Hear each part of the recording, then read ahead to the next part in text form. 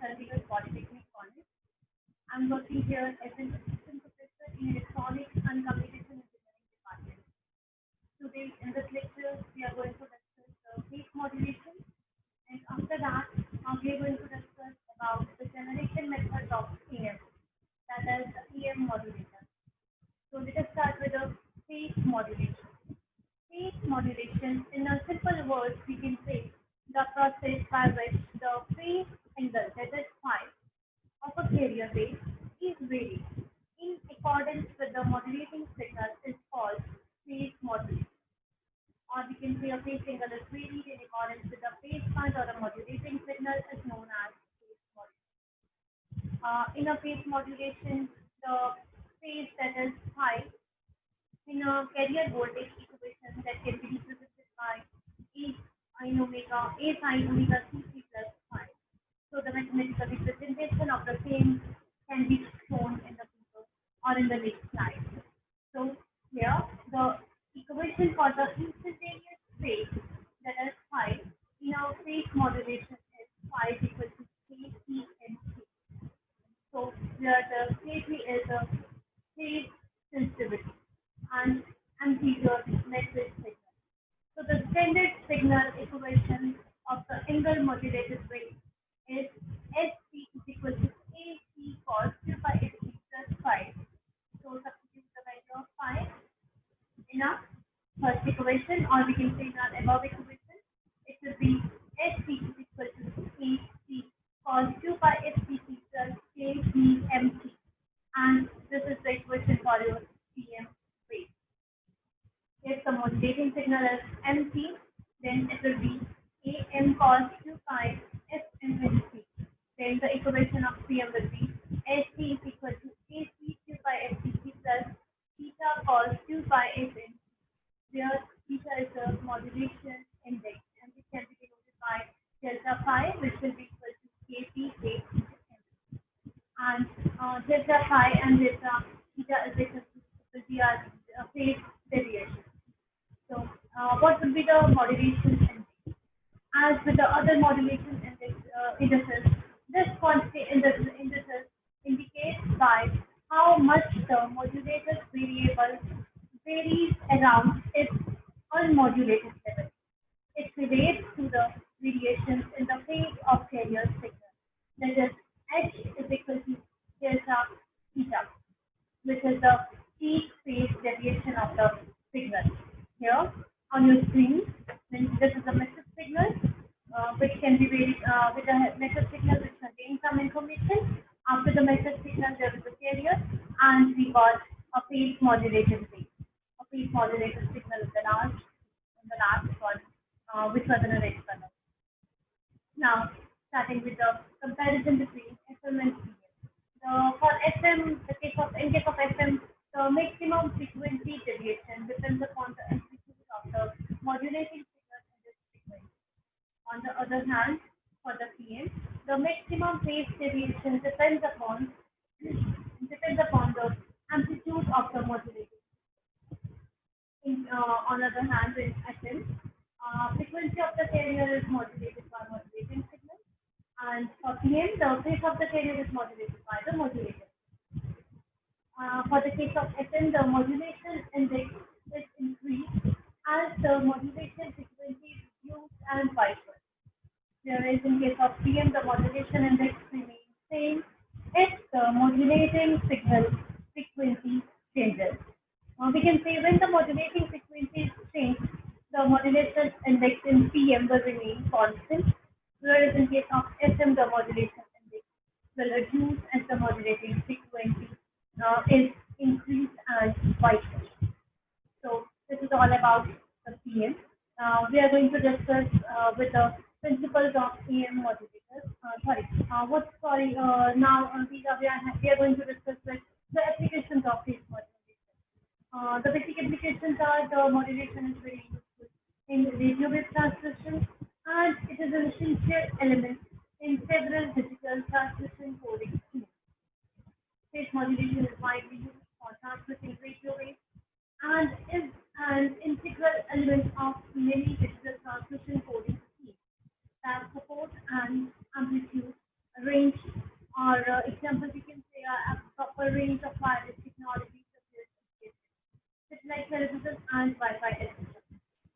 modulation used is a digital synthesizers for generating waveform and signal. And phase modulation is used for signal and waveform generation in digital synthesizers like Yamaha DX7 for phase modulation synthesis implementation and some other synthesis there will do the phase distortion. Now, starting with the AM modulators, or we can say the principle of AM modulators. We are going to discuss the following modulators that are needed for the generation of AM. The first one is Stirler modulator, then switching modulator, balance modulator, ring modulator, and selector modulator. In case of a Stirler modulator, this is the first one. Here the signal MT. This is the modulating signal, the signal or information signal which is provided to the header or the summit block. And here carrier signal also provided in form of AC constituted by it is already known that this is carrier is defined as the AC constituted by in an added block or a summer block. This means summing summer here the summer sign means summing the carrier and modulating weight, which is the common term that is summer. And it is provided to the output is provided as a V1C to the Stirler device. The Stirler device, it is a non-linear element here. We are going to use a diode here, and it's a semiconductor diode. And after that, after the passing the non-linear devices, waveform we got that is, and it goes to the band pass filter. It is used for the extracting the desired modulation product. Generally, the frequency range that is ST minus SM or ST or like that. So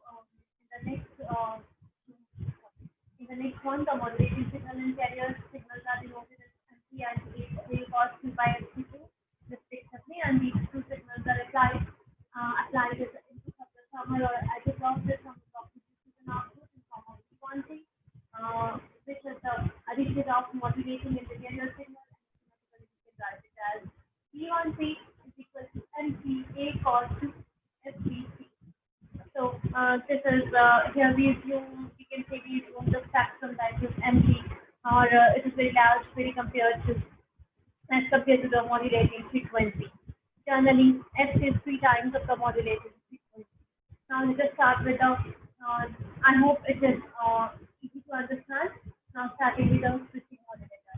Switching modulator is very simple, similar to the Stirler modulator. So only difference starts in the Stirler modulator. The diode is operated in a non-linear device or a mode. Whereas in a switching modulator, the diode has to operate as an ideal switch.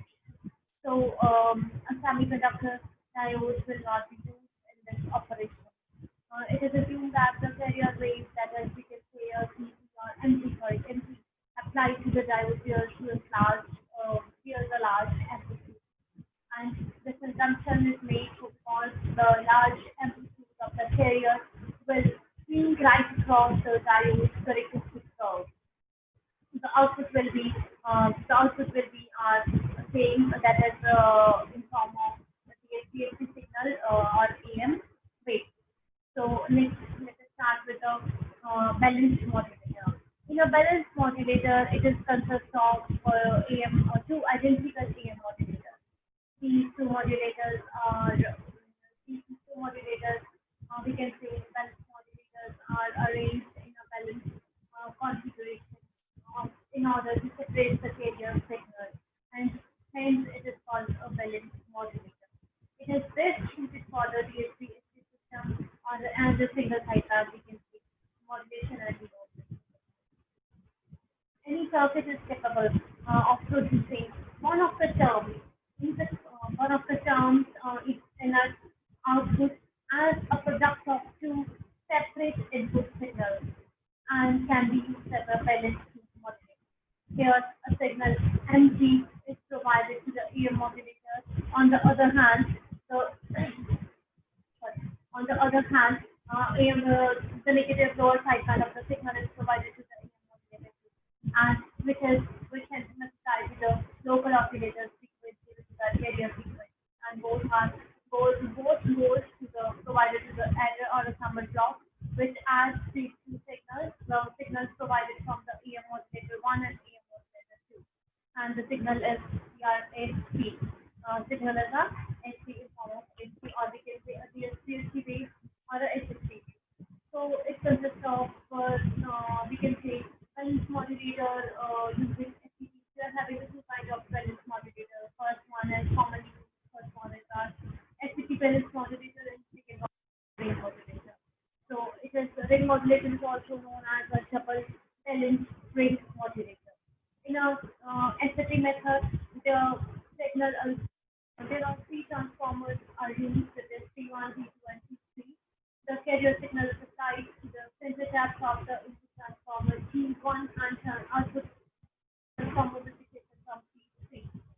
Whereas the carrier is applied on transformer T2. The modulated signal is applied to the input of the transformer T1. You can see the video, and I'm going to discuss here the construction or some kind of way I can say a working of it.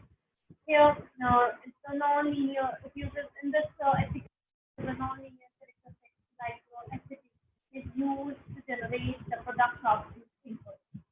It is a form of a grid circuit. We can see the carrier portion.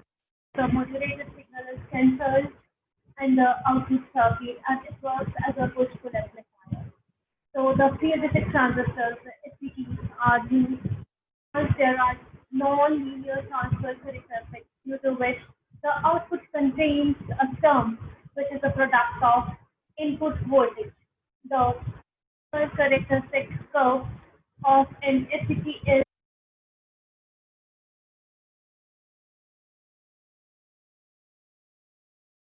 a manner that they are point in the same direction, and from a ring, that is from a ring that is in diodes D1, D2, D3, D4 are shown in the figure. This type of modulator circuit is widely used in a carrier telephony systems. So the circuit is balanced for both the carrier and modulating frequencies, and one of those appear themselves as output. The four diodes used here are assumed to be identical, having identical characteristics. A square waveform in the form of a carrier signal CT is fed to the center tap terminals of the two transformers. So let us here. In this diagram, there are four diodes we used. T1, T2, T3, T4 are connected in a ring type structure. Two center tap transformers are used in this diagram, and the signal method signal MT is applied to the input transformer. Whereas the carrier signal CT is applied between the two center tap transformers for a positive half cycle. The carrier signal, the diodes D1 and D3 are switched on, and other two diodes, that is D2 and D4, are switched off. In this case, the message signal is multiplied by +1. And for the negative half cycle, the carrier signal diodes D2 and D4 are switched on, and other two diodes D1 and D3 will be switched off. In this case, the message signal is multiplied by -1, and the resulting wave is 180 degree phase shift in form of DSP AC wave. And we can so this is the ring modulator. Now let us start with the collector modulator, which is the most commonly used method for generation of EM wave. In a collector modulator, the inner square law, we can say, inner square law and switching modulators, we have studied that the non-linear part of a diode or a transistor characteristic is used, because these modulators are generally employed in low power modulation. Collector and base modulators are used for high power outputs and relatively for a good linearity. That's why a collector modulator is used. So in this, we can in this the collector modulator, there is a basically a RF or radio frequency, or we can say using a mic. So here it is work as a audio amplifier, uh, audio for audio, in which we have in signal is fed to the base and properly biased transistor Q1. Another transistor Q2 will be needed. On the other hand, Here, the modulator is a linear power amplifier that takes the low-level modulating signal and amplifies it to high power level. The modulating output signal is coupled through the modulation transformer T1 and to the class C amplifier. The power requirements of the load resistance, we can say, of the modulator can be determined from the basic current and the voltage relationship between the modulated amplifier. To achieve the 100% modulation, the maximum value of modulating voltage must be equal to the supply voltage of the class C amplifier. Since during the negative half cycle, the modulating signal cycle of the modulating signal, the average collector current of the modulated amplifier is reduced from IC to zero. When a zero modulation input signal, there will be a zero modulation voltage across a secondary of T1. Therefore, the collector supply voltage will be applied directly to the class C amplifier and the output carrier will be steady sine wave. Here we are going to discuss when the modulating signal occurs, the AC voltage across the secondary of the modulation transformer will be added to the subtracted from the collector supply voltage. The varying supply voltage is applied to the class C amplifier and naturally the amplitude of the current pulses through the transistor Q1 will vary. As a result, the amplitude of carrier sine wave varies in accordance with the modulated signal. For example, when the modulating signal goes positive, it adds to the collector supply voltage. Thereby, it increases its value and causing a high current pulses and higher amplitude carrier. When the modulating signal goes negative, it subtracts from the collector supply voltage, making it less. For that reason, the class C amplifier current pulses are similar, therefore, thereby causing a lower amplitude carrier output. Hence, the amplitude modulated wave is obtained, which is then transmitted through the antenna. Now, let us discuss the advantages. Advantages are the high power requirements due to its good linearity, high collector efficiency, and high power output. On the other hand, per transistor, we got a high power output. Disadvantages: a large modulating power is required and no further modulation will be possible in this case. I hope I hope you are able to understand this collector modulator. Now we are going to discuss here AM transmitter. How AM can be transmitted? AM can be transmitted by two ways. One method is by the high level transmission method, and second one is a low level transmission method. In a high-level transmission method, the powers of carrier and modulating signals are amplified before applying them to the modulating stage. And in a low-level modulation, the powers of two input signals of the modulator stage are not amplified. The class C power amplifier. The required transmitting power is obtained from the last stage of the amplifier, that is the class C power amplifier. And AM generators and AM transmitters can produce a very low power level and having a very less efficiency. Therefore, the AM transmitters are employed for this purpose. That is, AM transmitter generates such a high power for a prime requirement. A requirement of the efficiency is used. And on now, let us discuss the various sections of the diagram or a figure. We can say various sections are carrier oscillator, buffer amplifier, frequency multiplier, power amplifier, modulated class C, audio driver, and audio power amplifier. So in this case, you all know that the carrier oscillator generates a carrier frequency, which is a high frequency signal. A buffer amplifier amplifies the signal, and after that, it provides the signal as an output to the frequency multiplier. Frequency multiplier multiplies the frequency with the 2x by 2x, 4x, 8x, like that, and after that provides the output to the power amplifier. The signal is amplified and goes to the modulated class C power amplifier. So on the other hand, a mic, we can use an audio signal. Here, audio driver amplifier, that is audio will be amplified, and after that it will be power amplified and produces to the or provides to the modulated class C power amplifier, which obtain the AM signal and transmits with the help of antenna. In EM transmitter, the amplitude modulation can be generated at any stage of the source. We can say or audio amplifier or audio in form of radio frequencies like that. Even a crystal oscillator can act as an EM transmitter with only limitation, that is a frequency stability will be suffered in this case. In EM transmitter, audio voltage is processed or filtered to occupy the correct bandwidth after modulation. After processing and filtering, the voltage is then fed to the amplifier and then finally goes to the modulator. On the other hand, a crystal oscillator is used to generate a high frequency carrier, which is which is then passed through the some amplifiers. There is a buffer amplifier, power amplifier, class A amplifier, like that. So nowadays, because of development in electronics, we can say with the use of ICs, it has become possible to design IC transmitters. The IC transmitters are preferred due to less complexity and high efficiencies. These kind of transmitters are generally a low output power in a order of a few milliwatts and can be used for a short range applications in order of a few meters, we can say, or maximum to a kilometer.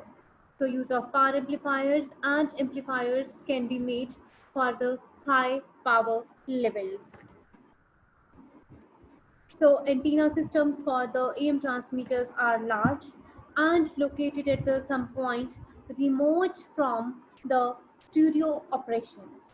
All the studio signals operations are performed at the relatively low level and transmitted to the main transmitter location, either over a telephone wire lines or radio links such as a microwave system.